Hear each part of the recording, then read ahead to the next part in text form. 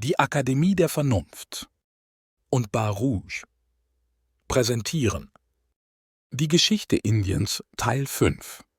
Das goldene Zeitalter und die großen, bis heute wegweisenden Entdeckungen in der Mathematik. Wir haben aber noch nicht darüber gesprochen, wie die Kalkulationen, also die Berechnungen, durchgeführt wurden.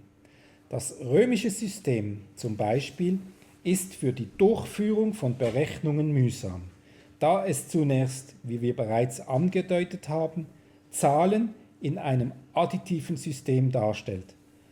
Aber was auf den ersten Blick aus mathematischer Sicht wie ein Vorteil erscheinen mag, stellt sich als großer Nachteil heraus.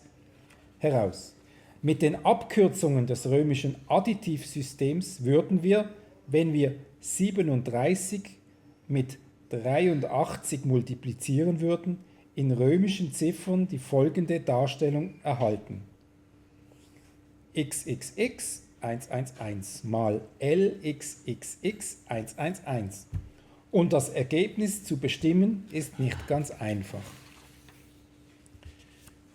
Tatsächlich führten die Römer keine Berechnungen mit ihrem Zahlenbezeichnungssystem durch, ebenso wie die Menschen, die ähnliche Systeme verwendeten, die es auch nicht haben.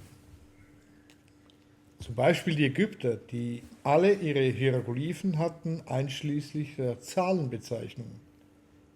Für die Berechnungen konnten diese Bezeichnungen nicht herangezogen werden. Es ist offensichtlich, dass die Römer, die Ägypter und alle anderen diese Berechnungen trotzdem durchführten. Wie wurden sie hergestellt? Das Einzigartige ist, dass alle Völker die gleiche Methode, die gleiche Technik sozusagen, das gleiche Werkzeug entwickelt haben. Es handelt sich um ein Instrument, das dem ähnelte, was für uns heute der elektronische Taschenrechner oder der Computer darstellt. Die Sprache ist vom Abakus oder vom Rechenbrett. Es gibt Dutzende archäologische Beweise dafür, dass die Völker der Antike, die Sumerer, die Babylonier, die Chinesen usw., ein System verwendeten, das mehr oder weniger darin besteht, eine Tafel mit Erde oder Sand, später auch mit Wachs, darauf bereitzuhalten. Tatsächlich leitet sich das Wort Abakus vom griechischen Begriff Abax ab, was eben Tafel oder Fläche bedeutet. Auf diesen Tafeln können Zeichen geritzt werden, die den Berechnungen entsprechen. Mit den Steinen oder Kieseln, über die wir bereits gesprochen haben, ist es natürlich einfach zu addieren. Legt man einfach die einer Zahl entsprechenden Kiesel mit denen einer anderen Zahl zusammen, erhält man einen Haufen, der die Summe darstellt. Diese Summe kann eine erhebliche Konsistenz annehmen.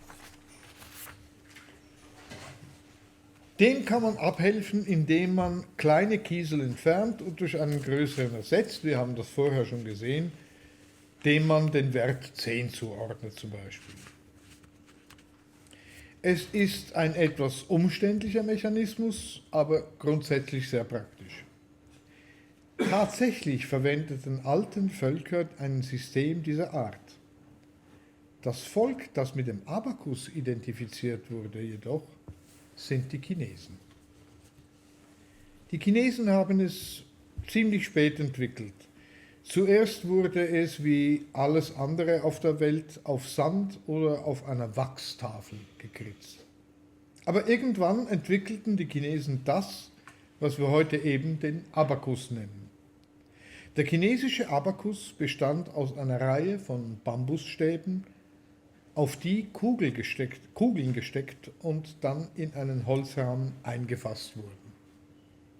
Es mag wie eine veraltete Art der Berechnung erscheinen, aber wenn wir in Ländern des fernen Ostens reisen, aber auch in Russland können wir oft darauf stoßen, können wir sehen, dass die Berechnungen immer noch auf diese Weise durchgeführt werden.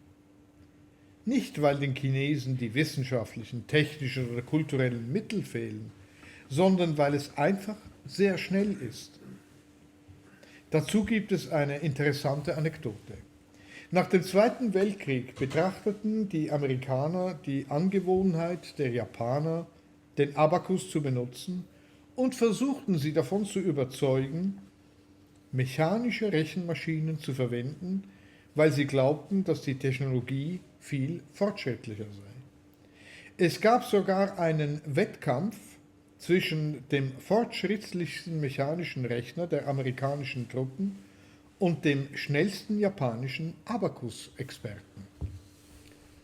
Bei 5 mathematischen Operationen war der Abakus-Experte schneller als der mechanische Rechner.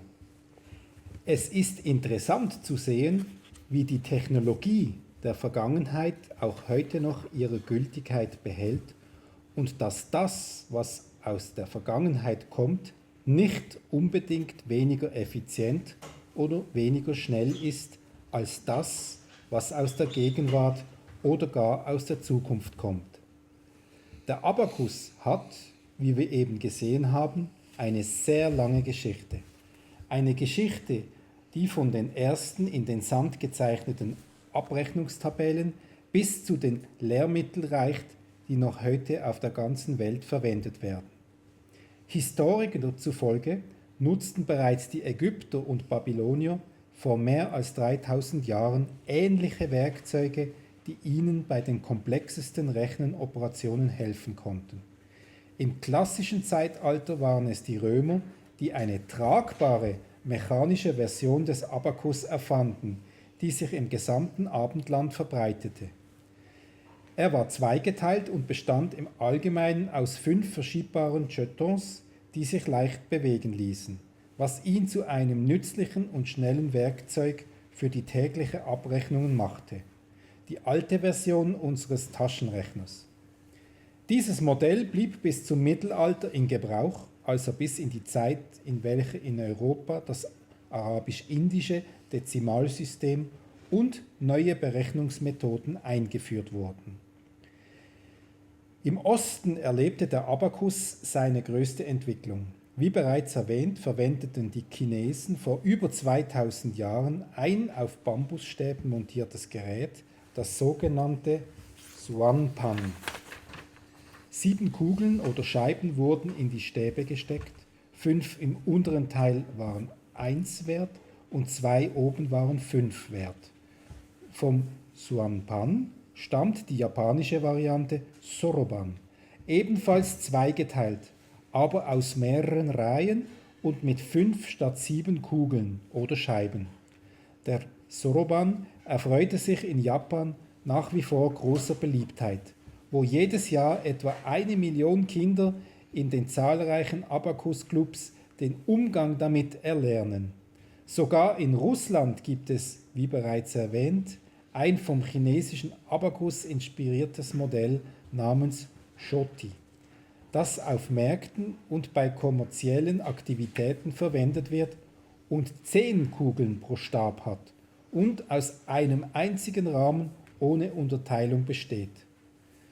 Der Abakus ist der Vorfahre des modernen elektronischen Rechenmaschine bzw. des Computers. Trotz seiner Einfachheit war der Abakus eines der wichtigsten Rechenwerkzeuge in der Geschichte der Mathematik und stellt ein Symbol für die Evolution der Menschheit dar. Das war die Geschichte Indiens Teil 5. Präsentiert von der Bar Rouge und der Akademie der Vernunft. Bis zum nächsten Mal auf diesem Kanal.